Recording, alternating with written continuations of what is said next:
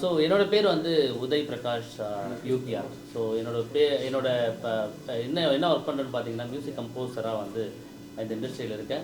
ஒரு 15 இயர்ஸாக வந்து இந்த கம்போசராக இந்த இடத்துக்கு வரணும் அப்படின்னு ஒரு 15 இயர்ஸாக வந்து முயற்சி பண்ணிகிட்டு இருக்கேன்.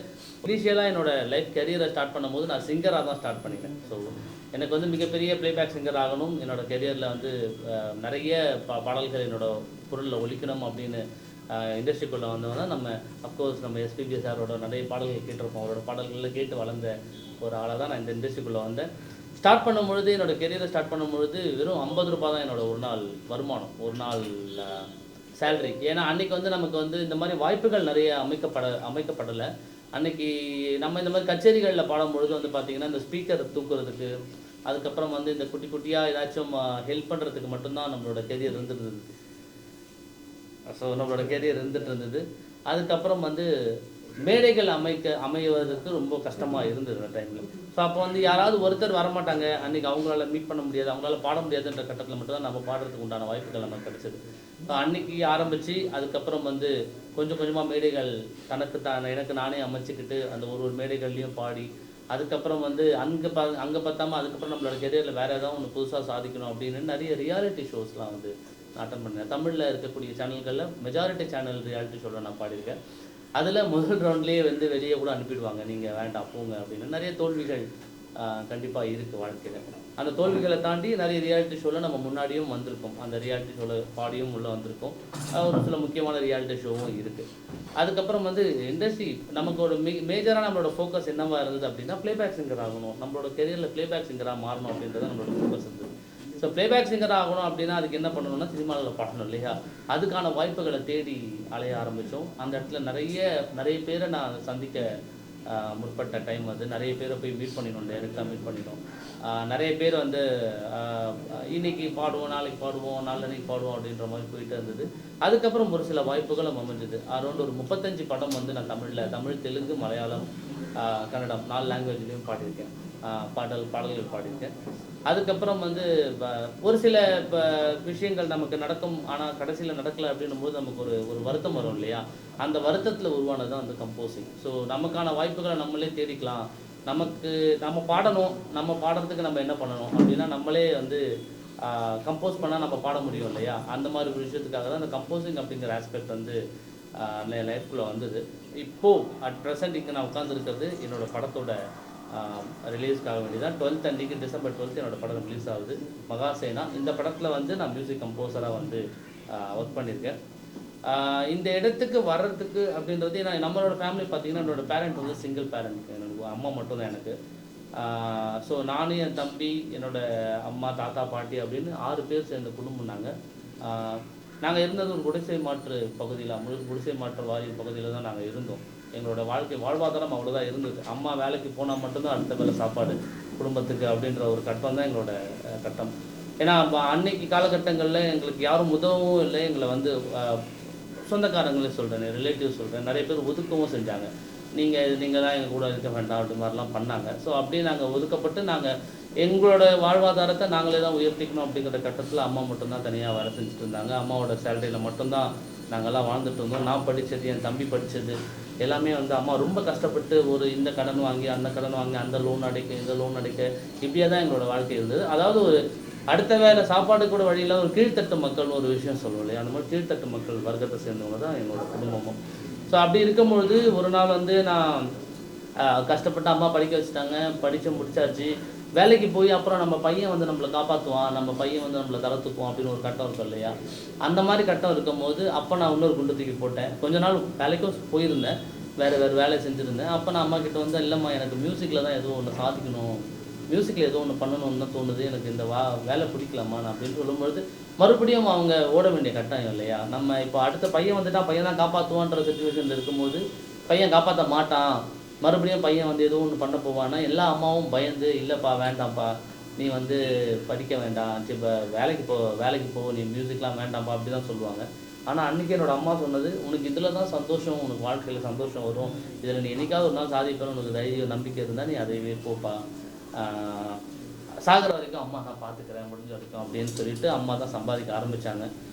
அம்மா தான் கம்ப்ளீட்டாக எல்லாத்தையுமே பார்த்துக்கிட்டாங்க. இன்ன வரைக்கும் அம்மா தான் பார்த்துக்கிறாங்க. அம்மாவுக்கு அப்புறம் வந்து பார்த்தீங்கன்னா என் தம்பி ஏதாவது ஒரு நல்ல ஒரு குடும்பம் இருந்தால் மட்டும்தான் வந்து ஒரு விஷயத்தை சாதிக்க முடியும் அப்படின்னு ஒரு ஒரு ஒத்துழைப்பு இருக்கணும் இல்லையா, குடும்பத்தோட ஒத்துழைப்பு. அந்த மாதிரி வந்து அம்மாவுக்கு அப்புறம் வந்து எனக்கு தம்பி இளையவன் 6 வயசு சின்னவன் என்னோட. அவர் அதுக்கப்புறம் படிப்பு முடிச்சுட்டு அவர் அதுக்கப்புறம் அம்மா நான் பார்த்துக்கிறேன், அண்ணனை வந்து நீ ப்ரெஷர் பண்ணாத, அண்ணனை வந்து எதுவும் பண்ணாத, அண்ணன் ஏதோ சாதிக்கணும்னு நினைக்கிறான், அவன் சாதிக்கட்டும், மிச்சத்தை நான் பார்த்துக்கிறேன் அப்படின்ட்டு அவன் கொஞ்ச நாள் அவனோட இதை வந்து பார்த்துக்க ஆரம்பித்தான். அவனோட கட்டமும் அவனும் வந்து இதுக்கு வந்து பெரிய கான்ட்ரிபியூட் பண்ணியிருக்கான். அதை தாண்டி வந்து என்னோடய ஒய்ஃப், என் ஒய்ஃப் இல்லாமல் இன்றைக்கி அவங்க தான் வந்து கம்ப்ளீட்டாக ஃபேமிலியை ரன் பண்ணிகிட்ருக்காங்க.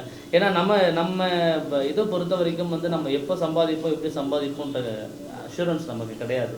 நம்ம இன்றைக்கி திடீர்னு நல்லா சம்பாதிப்போம், அடுத்த நாள் சம்பாதிக்க மாட்டோம், அதுக்கப்புறம் ஒன்றுமே இருக்காது.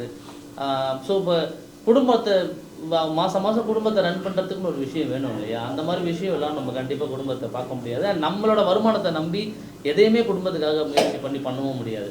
ஸோ அப்படி இருக்கும்போது நமக்கு பக்கத்தில் இருக்க ஒரு சப்போர்ட்னு ஒன்று இருக்குல்ல, அந்த சப்போர்ட் ரொம்ப இம்பார்ட்டண்ட். அது இன்றைக்கி என்னோடய ஒய்ஃப் அவங்க வந்து அதை வந்து கம்ப்ளீட்டாக பண்ணிக்கிறாங்க. அண்ட் அதை தாண்டி வந்து நம்ம அதாவது நான் வாழ்க்கையில் என்ன சேர்த்து வச்சுருக்கணும் இல்லையோ, நல்ல மனுஷங்களை என்னை சுற்றி சேர்த்து வச்சுருக்கிறது உங்களை மாதிரி எல்லாரும் மாதிரியும். ஸோ எப்படி அதை சொல்ல வரேன்னா, எனக்கு ஒருத்தர் வந்து ஒரு நாள் வந்து என்னை வந்து நாங்கள் அப்போ தான் வந்து மீட் பண்ணும்போது லைஃப்பில் நீ முன்னேறணும்னா உனக்கு என்ன வேணும் அப்படின்னு. எனக்கு வந்து ஸ்டுடியோ ஒன்று வைக்கணும்னு ரொம்ப ஆசை. அதுக்கான செலவுகள் 25 லட்சம் 26 லட்சம் 30 லட்சம் ரூபாய் இன்றைக்கி ஒரு இல்லாமல் ஒரு ஸ்டுடியோ, நல்ல ஸ்டுடியோ வைக்க முடியாது. ஸோ அந்த மாதிரி இருக்கும்போது நல்ல ஒரு ஸ்டுடியோ வந்து கன்ஸ்ட்ரக்ட் வைக்கணும்னு ஒரு ஆசை இருந்தப்போ அவர் என்கிட்ட கேட்டார், உனக்கு என்ன வேணும்னு. நம்ம ஸ்டுடியோ வைக்கணும்னு ஆசைப்பட்றேன். அப்போ ஸ்டுடியோ வைக்கணும்னா அதுக்கு என்ன செலவாகணும், இவ்வளோ செலவாகும், இதெல்லாம் பண்ண வேண்டி இருக்கும் அப்படின்னு. ஸோ ஸ்டுடியோ வச்சா வாழ்க்கையில் நீ முன்னேறிட முடியுமா அப்படின்னா, முன்னேற முடியும், கண்டிப்பாக முன்னேற முடியும். டைம் எடுக்கும், ஆனால் கண்டிப்பாக ஒரு நாள் சாதிச்சிடுவேன் அப்படிங்கிற விஷயம் வந்து அவர்கிட்ட நான் சொன்னேன். அன்னைக்கு அவர் வந்து அவர் கையில் இருந்த காசு, அவர் சுற்றி இருந்த மக்களோட காசு கேட்டு, எனக்காக நிறைய பேர்கிட்ட போய் கேட்டு, நிறைய பேர்கிட்ட வந்து கேட்டுன்றது தாண்டி நிறைய பேர்கிட்ட கெஞ்சி, இந்த மாதிரி நாங்கள் ஒன்று பண்ணுறோம், ஒரு விஷயம் இதற்காக நாங்கள் ஒரு விஷயம் பண்ணணும்னு ஆசைப்பட்றோம், அந்த விஷயத்து இதுவாக இருக்கணும் அப்படின்னு ஒரு ஸ்டுடியோ வந்து எனக்கு அமைச்சு கொடுத்தாரு. அவரோட பேர் நாகேஸ்வர். இவர் தான் அவர் என் பக்கத்தில் தான் உட்காந்துருக்காரு. ஸோ நான் சொல்லணும்னு நினைக்கிறது ஒரே ஒரு விஷயந்தான். இப்போது உதய் சொன்னபடி டேலண்ட் எங்கே இருக்கோ அது வந்து கண்டிப்பாக வளரணும். அவர் கேட்க வந்த அந்த கான்டெக்ட் அதுதான் நான் நினைக்கிறேன். இன்றைக்கி வந்து வாய்ப்புகளே யார் பாப்புலராக இருக்காங்களோ அவங்களுக்கு தான் போய் சேருது. அந்த பாப்புலாரிட்டிக்கு இன்றைக்கி வேல்யூ இல்லாமல் போயிடுச்சு.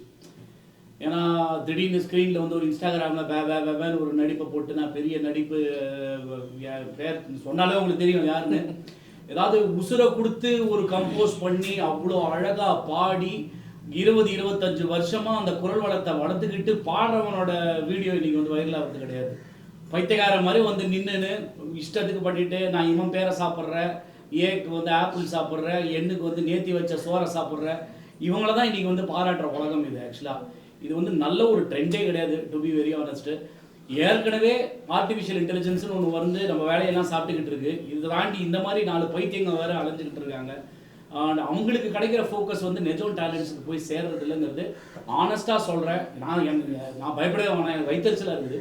ஏன்னா எவ்வளோ வாட்டி நான் உதயோட பியூட்டிஃபுல்லான சாங்ஸ்லாம் வந்து இன்ஸ்டாகிராமில் போட்டு பார்த்துருக்கேன். நான் அனுப்பு 1000 பேருக்கு, நான் அமிச்சா 1000 பேர் கூட பார்க்க மாட்டான், அந்த வியூ 1000 கூட வராது, 500 ஆகும். அவ்வளோ அழகாக பாடுவோம்.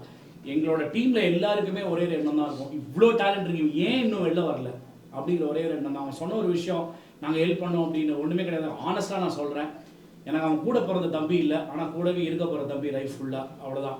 ஸோ அந்த ஒரு ஃபீலிங் எனக்கு அந்த வந்து 2020 தான் மீட் பண்ணோம், அப்போவே வந்துடுச்சு. என்னால் முடிஞ்சது, நான் என்கிட்ட நானும் பெரிய பணக்காரலாம் கிடையாதுங்க.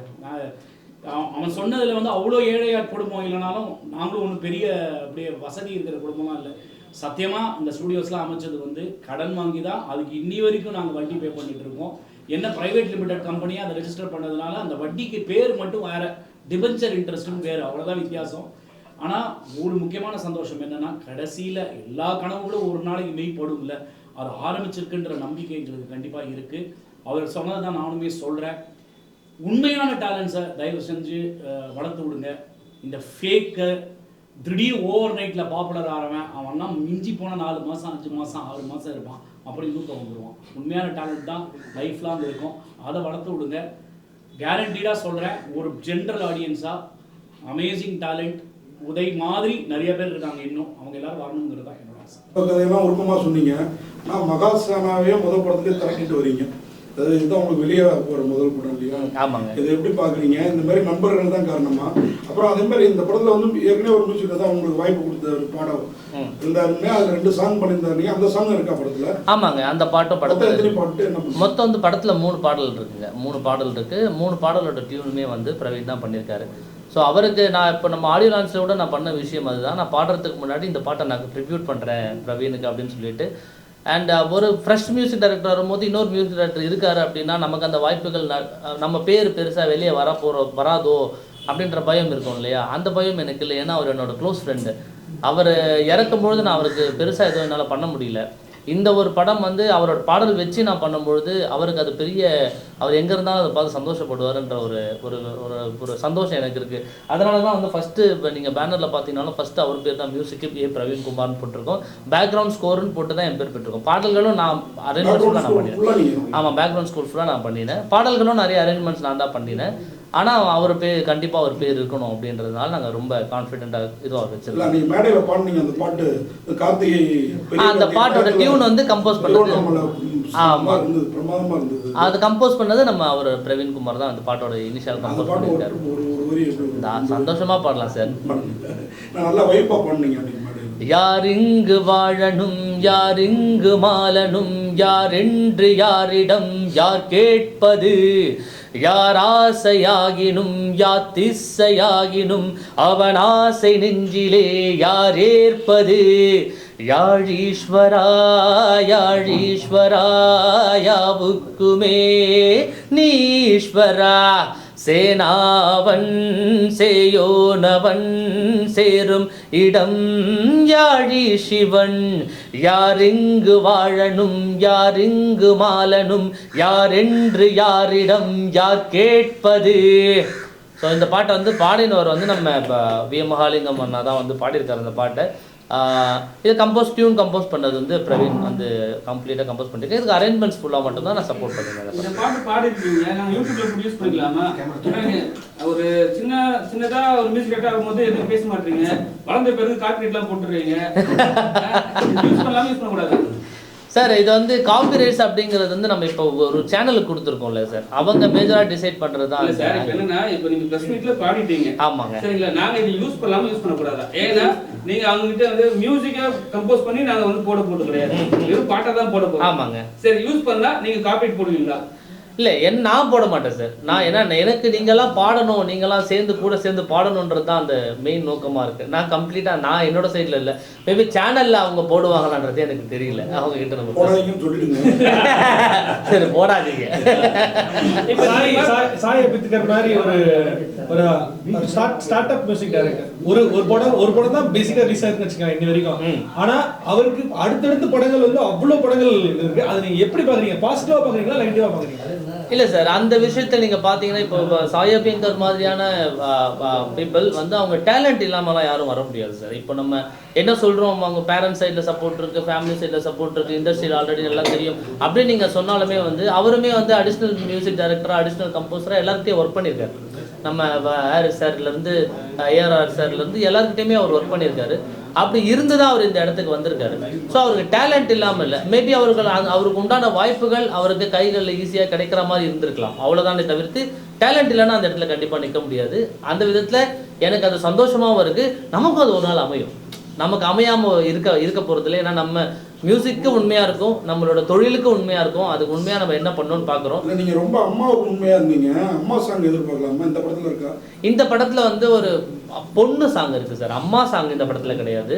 இந்த படத்தில் வந்து ஒரு பொண்ணு அப்படின்ற ஒரு அம்மா சிங்கிள் பேரண்டாக இருந்து வளர்த்தாங்க. அந்த விஷயம் நிறைய பேசுனீங்க. அந்த மாதிரி சகோதரரை பற்றியும் சொன்னீங்க. ஆமாம், இப்போலாம் சென்டிமெண்ட் சாங்லாம் ரொம்ப குறைஞ்சிருச்சு. இல்லை, அடுத்த படத்தில் நாங்கள் பிளான் பண்ணிட்டு இருக்கோம். ஒரு அம்மா சாங் ஒன்று இருக்குது அடுத்த படத்தில், அது சீக்கிரமாக வரும். இது உங்களுக்கு சம்பந்தமான ஒரு கேள்விதான். சொல்லுங்க. உங்க படம் சம்பந்தப்பட்டது. சரிங்க. இந்த சின்மை ஒரு போராட்டம் பண்ணிட்டு இருக்காங்களே, அது நியாயமா? அது ஏன்னா அந்த அம்மா ரொம்ப நியாய தர்மம்லாம் ட்விட்டரில் மட்டும் பேசுவாங்க. ஆனால் பண்ணிட்டு இருக்கிறது ஒரு மியூசிக் டைரக்டர், அது ஜிப்ரான் மாதிரி ஒரு மியூசிக் டைரக்டருக்கு கம்போஸ் பண்ண பிறகு யாரோ சிலர் கருத்து தெரிவிச்சாங்கன்னு இன்னைக்கு ஜாதி படங்கள் எல்லா சைட்லையும் எடுக்கிறாங்க, அப்போலேருந்தே வந்துட்டு இருக்குது. ஆனால் இந்த கொள்கை கோட்பாடில் எனக்கு உடன்பாடு கிடையாது, பாடி முடிச்சு காசை வாங்கிட்டு சொன்னால் அவர் திருப்பி வேற ஆளை போட்டு எடுக்கிறேங்கிறாரு மோகன்ஜி. அப்படி எடுக்கிறப்ப அவருக்கு செலவாகும்ல, அந்த சினிமையை ஏற்றுக்கணுமா இல்லையா? நீங்கள் அது சொல்லுங்கள், இது நியாயமா? இதுக்கு என்ன ஒரு, ஏன்னா நீங்கள் ஒரு அப்கமிங் மியூசிக் டைரக்டருங்கிறப்போ நாளைக்கு உங்களுக்கு நீங்களும் இந்த மாதிரி பிரச்சனையை ஃபேஸ் பண்ண வேண்டியிருக்கும். உண்மைதான். பொருளாதார ரீதியாக இது பிரச்சனையான்னு கேட்டால் ஆமாங்க, அது பொருளாதார ரீதியாக வந்து இப்போ மறுபடியும் வந்து ஒரு பாட்டை வந்து ஒரு சிங்கர் வந்து பாட வைக்கிறோம், அதுக்கு மிக்ஸ் அண்ட் மாஸ்டரிங் ஒர்க் இருக்குது அப்படின்லாம் கேட்டிங்கன்னா அது வந்து நிஜமாலே ஒரு பிரச்சனையான விஷயம்தான். என்னோட கருத்து, ஏன்னா அவங்களுக்குள்ள என்ன வாக்குவாதம் இருக்குது, அவங்களுக்குள்ள என்ன பிரச்சனைகள் இருக்குன்னு நமக்கு தெரியாது. என்னோட கருத்து என்னன்னு கேட்டிங்கன்னா, நீங்கள் பாட வர்றதுக்கு முன்னாடி நம்ம தெரிஞ்சுக்கிட்டு தான் நம்ம பாட போகிறோம். அப்படின்னும் போது நம்ம அதை கான்ஷியஸாக வேண்டாம், இப்போ எனக்கு இது வேண்டாம் அப்படின்னா நம்ம முன்னாடியே சொல்லிட்டோம்னு வச்சுக்கோங்களேன், எங்களை மாதிரி இப்போ கம்போசருங்களுக்கு அது ப்ராப்ளமாக இருக்க போகிறதில்ல. நம்ம முன்னாடியே நம்ம தெரிஞ்சுக்கலாம். இப்போ அவங்க பண்ணது சரியா தப்பான்ற விஷயம் விவாதத்துக்கு போகாமல் நம்ம பாடுறதுக்கு முன்னாடி நம்ம இந்த விஷயம் தான் பண்ண போகிறோம் அப்படின்னு நம்ம கண்டிப்பாக தெரிஞ்சிருக்கோம். இதை இப்போ ஒரு சின்ன விஷயம் சொல்லணும்னா, ஒரு கட்சி பாடலோடு பாட போகிறோம் அப்படின்னா பாடும்போது லிரிக்ஸ் நம்ம கையில் இருக்குது, கண்டிப்பாக லிரிக்ஸை நம்ம பார்ப்போம். லிரிக்ஸில் தாக்கமான இடங்கள் என்ன இருக்கா நமக்கு தெரியும் இல்லையா, பாடுறதுக்கு முன்னாடி நமக்கு தெரியும். அப்போவே நம்ம இல்லைங்க இது வேண்டாம் அப்படின்னு சொல்லிட்டோம்னா யாருக்குமே பாட்டில் தாக்கங்கள் ஒன்றுமே கிடையாது. பாட்டு சூப்பராக இருக்கு. மோகன்ஜி படத்துக்காக மட்டுமே இது மாதிரி ஒரு விஷயத்த பண்றாங்களா? ஏன்னா நீங்க பாத்தீங்கன்னா அவங்க மீட்டு எதுவா இருந்தாலும் இப்ப சோசியல் மீடியால வந்தாவே அந்த மீட்டூல வந்து அவங்க அதான் பிரச்சனை வந்து ஸ்டார்ட் பண்ணி போவாங்க. இப்ப வந்து 2-3 பேர் வந்து கமெண்ட்ஸ், தவறான கமெண்ட்ஸ் கொடுத்ததுனால உடனே வந்து இது மாதிரி நான் பாடுறது தவறுன்னு சொல்றதெல்லாம் எந்த விதத்துல நியாயம்? பணம் வாங்கி கொண்டு ஒரு நிமிஷம் பணம் வாங்கி கொண்டு இப்ப வந்து மோகன்ஜியே சொல்றாரு, என்னோட வருத்தம் என்னன்னா என்னோட ப்ரொடியூசருக்கு நான் உண்மையா இருக்க முடியலையே அப்படின்றாரு. இது எந்த விதத்துல சரிப்படும்?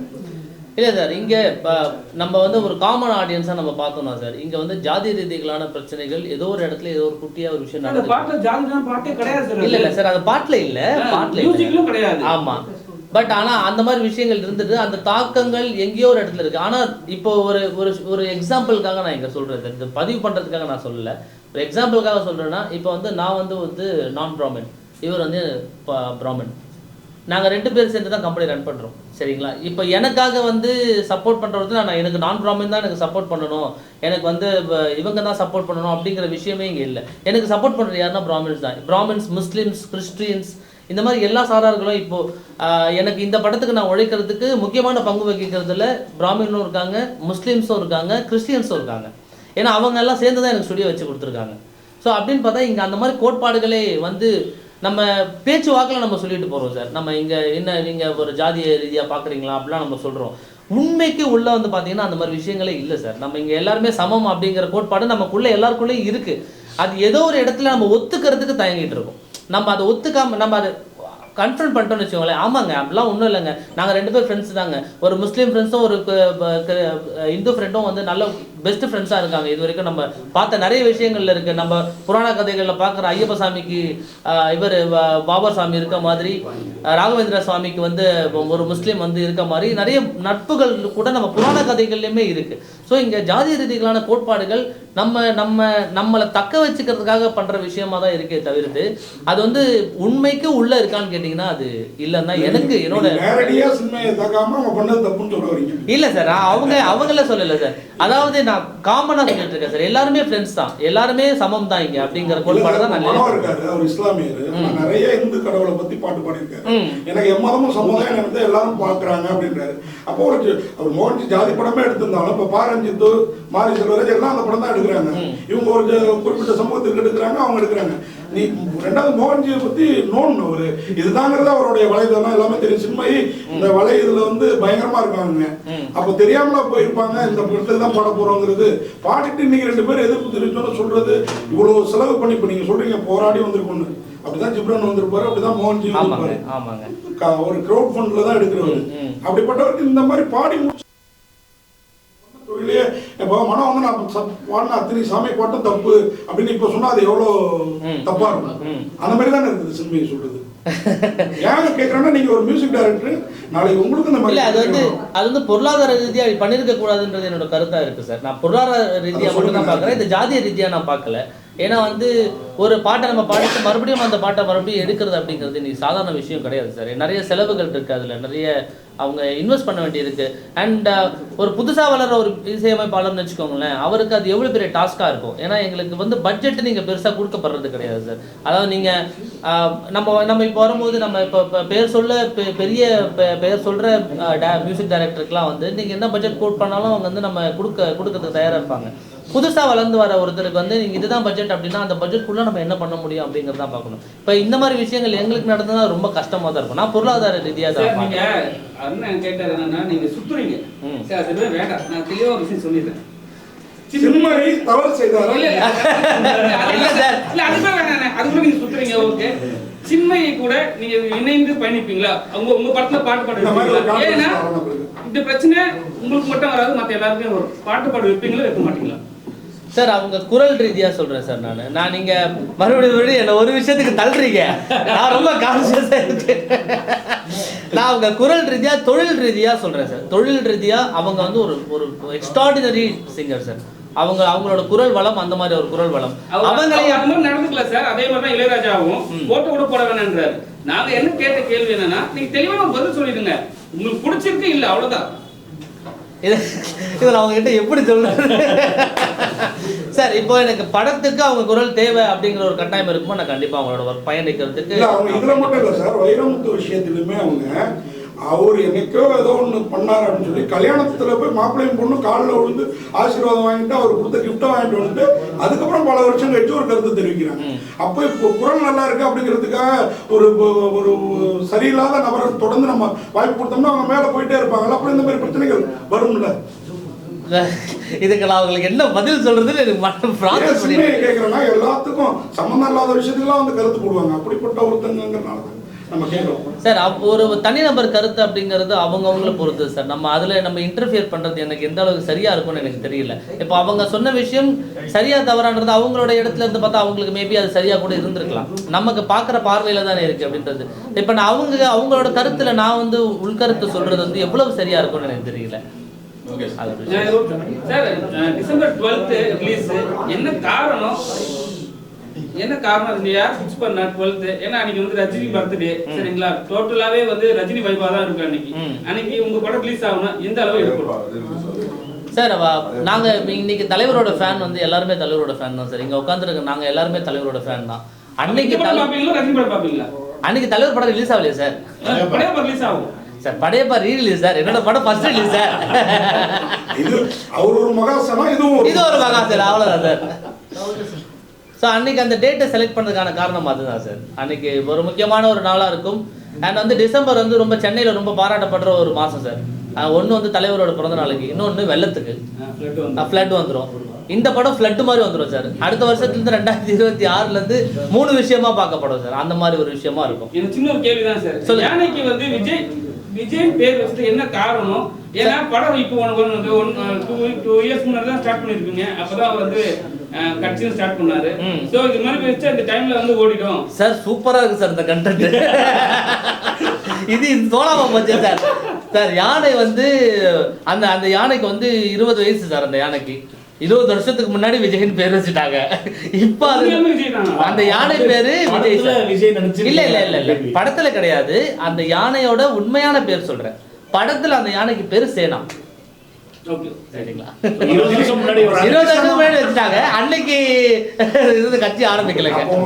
இந்த படத்தை பத்தி சொல்லணும் அப்படின்னா, மகாசேனா எப்படி அமைஞ்சது அப்படின்னா, இதுக்கு முன்னாடி வந்து ராக்கதன்னு ஒரு படத்தில் நான் பாடியிருந்தேன். அந்த படத்தில் 4 பாட்டு. அந்த பாட்டு நம்ம ரியாஸ் கான் சார், அந்த வம்சி கிருஷ்ணன், நிறைய லீட் கேஸ்டிங் அந்த படத்தில் இருக்காங்க.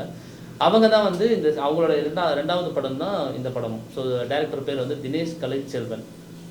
இந்த பேர் வந்து அடுத்த கொஞ்ச நாளில் வந்து தமிழ் இண்டஸ்ட்ரியில் பெருசாக ஒழிக்கக்கூடிய ஒரு பேராக கண்டிப்பாக இருக்கும். ஏன் அப்படின்னா அவரோட தாட் ப்ராசஸ், அவரோட கதைக்களம் எல்லாமே அந்த மாதிரி அமைச்சிருக்காரு. அவ்வளோ திறமையான ஒரு கலைஞர். அவருக்கும் இதே நிலைமை தான். அவருக்கும் அந்த ஆரம்ப கட்ட பிரச்சனைகள் தான் எல்லாருக்கும்.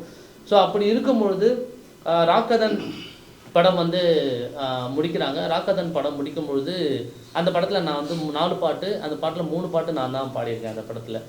அது வந்து படத்துக்கு மியூசிக் பண்ணவர் வந்து பிரவீன் குமார் அப்படின்னு. அவருக்கு அது ஃபஸ்ட்டு படம். அதுக்கு முன்னாடி மேதகு பண்ண 2வது படம். ராக்கதன் வந்து 2வது படம் அவருக்கு. அப்போ அவர் வந்து இந்த படத்துக்கு தான் ஃபஸ்ட்டு அவர் தான் மியூசிக் டைரக்டராக கமிட் ஆகியிருந்தார். 2 பாட்டோட டியூன் மட்டும் கம்போஸ் பண்ணிவிட்டு ஒரு தவிர்க்க முடியாத ஒரு சுச்சுவேஷனில் அவர் இறந்துட்டார். அவர் பாஸ்டவே, பிரவீன்குமார் பாஸ்டவே. அதுக்கப்புறம் வந்து டைரக்டர் நிறைய மியூசிக் கம்போசர்ஸ் கிட்ட போயிருக்காங்க. ஏன்னா 2 பாட்டுக்கு இது பண்ணியாச்சு, டியூன் கம்போஸ் பண்ணியாச்சு, ரஃப் டியூன் கம்போஸ் பண்ணியாச்சு, அதை வச்சு ஷூட்டும் முடிச்சாச்சு. இப்போ ஃபர்தராக அந்த மியூசிக்கில் ஒர்க் பண்ணியும் ஆகணும் அண்ட் கம்ப்ளீட் பிஜிஎம் ஃபுல்லாகவே ஒர்க் பண்ணணும் அப்படிங்கிற ஒரு கட்டம் இருக்கும்போது நிறைய இடத்துல தேடி இருக்காரு. யாரும் வந்து அப்கமிங் மியூசிக் கம்போசர் பண்ணதுன்னா நான் எடுத்துக்க மாட்டேன் அப்படின்னு சொல்லி நிறைய இருந்திருக்கு. அண்ட் அதை தாண்டி வந்து அவர் ரொம்ப நாள் இதுக்கே வெயிட் பண்ணியிருக்காரு. நிறைய ப்ராப்ளமும் ஆயிருக்கு இந்த ஃபினான்ஷியலி அவருக்கு. ஏன்னா அஃப்கோர்ஸ் படம் முடிக்கணும் இல்லையா, சீக்கிரமாக முடிச்சாகணும், அந்த கட்டமும் இருந்திருக்கு. அப்போ ஒரு நாள் வந்து அவருடைய எண்ணத்தில் வந்து பிரவீன் வந்து என் பேரை சொன்னதாகவும் அவர் அதை வச்சு தான் என்கிட்ட வந்ததாகவும் வந்து அவர் என்கிட்ட சொன்னார். ஸோ ஒரு நல்ல நண்பன் வந்து உயிரோடு இருக்கும்பொழுது அவர் இருக்கும்பொழுது என்னை நிறைய படங்களில் அவர் 4 படம் பண்ணியிருக்காரு. 4 படத்துலேயுமே வந்து மேக்ஸிமம் சாங் நான் தான் பாடியிருக்கேன். ஸோ அப்படி இருக்கும்போது ஒரு பாடல்களும் சிங்கராகவும் என்னை அவர் நிறைய யூஸ் பண்ணியிருக்காரு. அவர் இப்போ இறந்ததுக்கப்புறம் என்னை மியூசிக் டைரக்டராகவும் மாற்றிட்டார். ஸோ இப்போ இதுக்கு முன்னாடி ஒரு படம் பண்ணேன், அந்த படம் வந்து வரலை, அது வருமானம் தெரியல. ஸோ இது வந்து என்னோடய official first debut movie in Tamil cinema அப்படியா தான் இந்த படம் வந்து இருக்க போகுது. நிறைய ஒர்க் பண்ணியிருக்கோம் இந்த படத்துக்காக. கம்ப்ளீட் கதையோட தளம் வந்து ரொம்ப அழகான ஒரு பிளாட், கம்ப்ளீட் ஒரு பிளாட். நீங்கள் பார்ப்பீங்க, படம் பார்ப்பீங்க. எல்லாருமே அவ்வளோ உழைச்சிருக்காங்க. நம்ம விமல் சார், ஸ்ருஷ்டி மேம், அப்புறம் வந்து Mahima Gupta, Kabir Singh sir, Yogi Babu sir, John Vijay sir, இந்த மாதிரி பெரிய முக்கியமான நட்சத்திர பட்டாளங்கள் இந்த படத்தில் வந்து இருக்காங்க. நிறைய ஒர்க் பண்ணியிருக்காங்க. கம்ப்ளீட் ஷூட் ஃபுல்லாக வந்து பார்த்திங்கன்னா இந்த ஃபாரஸ்ட், டீப் ஃபாரஸ்ட்குள்ளே தான் வந்து ஷூட் பண்ணியிருக்காங்க. இந்த கூடலூர் தாண்டி அப்புறம் வயநாடு, வாகமன், இந்த மாதிரி முக்கியமான இடங்கள்ல தான் கம்ப்ளீட்டாக ஷூட் பண்ணியிருக்காங்க. எல்லாமே வந்து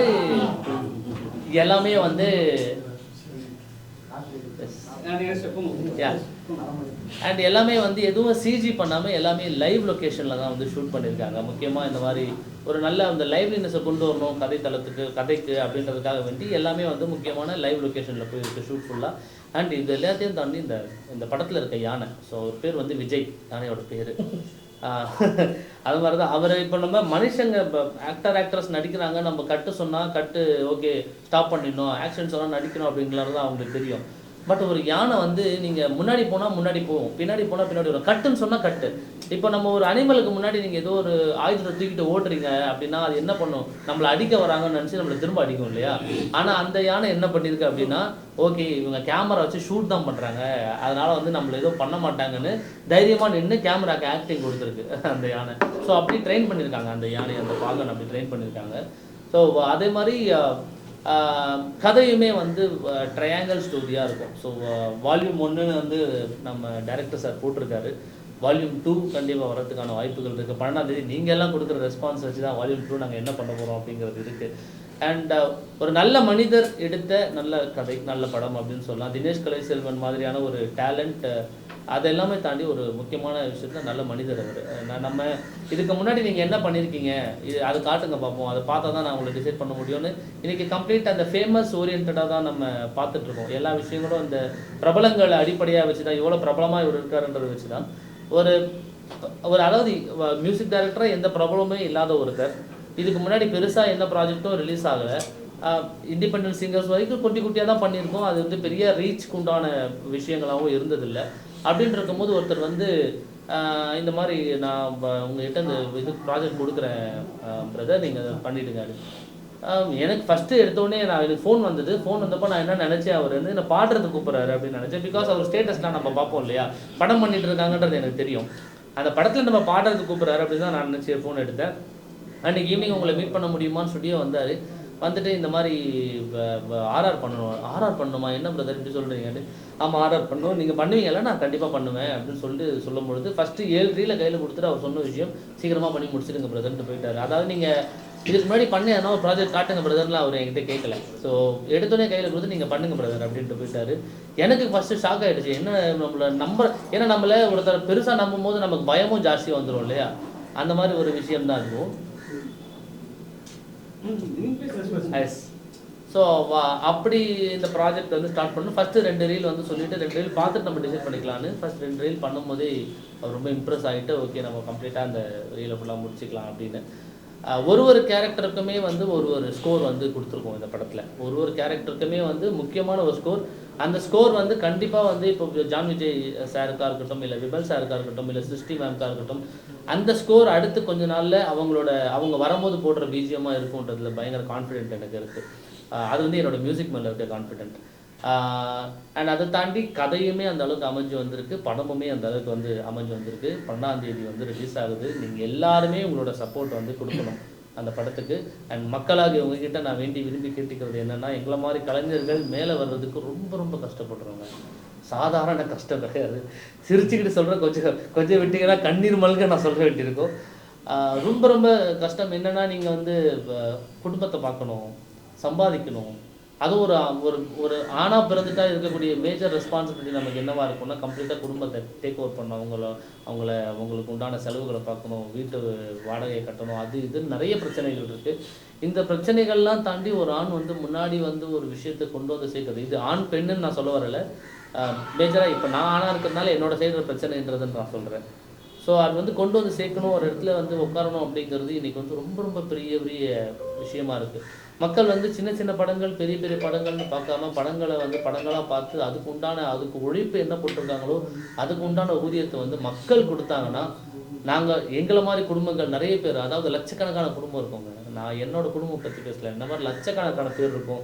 அந்த லட்சக்கணக்கான குடும்பத்தை வாழ வச்ச ஒரு புண்ணியமும் வந்து நம்ம மக்கள் எல்லாருக்கும் சேரும். ஸோ உங்ககிட்ட நான் வேண்டி விரும்பி கேட்டுக்கிறது, நீங்கள் இந்த படம் தானே எதுக்கு நம்ம போய் பார்க்கணுன்னு பார்க்காதீங்க. அந்த படத்தில் என்ன உழைப்பு நாங்கள் போட்டிருக்கோம், அதுக்கு நீங்கள் கண்டிப்பாக வந்தீங்கன்னா நாங்கள் ஏமாற்ற மாட்டோங்க. நீங்கள் கண்டிப்பாக நாங்கள் ஏமாற்ற மாட்டோம். ஏன்னா நாங்கள் உண்மையான உழைப்பை போட்டு தான் அந்த இடத்த கொண்டு வரோம். நாங்கள் அந்த ஏமாற்றத்தை உங்களுக்கு கண்டிப்பாக கொடுக்க மாட்டோம். நீங்கள் வந்து பாருங்கள், பார்த்துட்டு நல்லா இல்லைடா ஏன்டா இது பண்ணியிருக்கேன்னு எங்களுக்கு செவில் மேலேயே அரைஞ்சா கூட பரவாயில்ல, ஆனால் வந்து பார்த்துட்டு நீங்கள் சொல்லுங்கள். ஏன்னா நீங்கள் வந்து பார்க்குற அந்த நீங்கள் வாங்குகிற அந்த ஒரு டிக்கெட்டோட காஸ்ட் வந்து என்னோடய வீட்டோட ஒரு வேறு சாப்பாட்டோட நீங்கள் கொடுக்குற இது மாதிரி பணம் மாதிரின்னு வச்சுக்கோங்களேன். நீங்கள் அப்படி வந்தீங்கன்னா நாங்கள் எல்லாருமே இன்னும் வளர முடியும், நிறைய உழைப்பும் போட முடியும், நிறைய அதுக்கேற்ற உத்வேகமும் எங்களுக்கு கிடைக்கும். அதுக்கு எல்லாத்துக்கும் நீங்கள் எல்லாருமே தான் சப்போர்ட் பண்ணணும். ஸோ December 12 வேர்ல்டு வைடு வந்து மகாசேனா ரிலீஸ் ஆகுது. நீங்கள் எல்லாரும் வந்து உங்கள் குடும்பத்தோடு வந்து படத்தை பார்க்கணும். படத்தை பார்த்து மியூசிக்கில் கண்டிப்பாக நான் உங்களை ஏமாற்ற மாட்டேன், நான் கான்ஃபிடென்ட்டாக சொல்கிறேன். நீங்கள் எல்லோரும் படத்தை பார்த்துட்டு உங்களோட ரிவ்யூ சொல்லுங்கள்.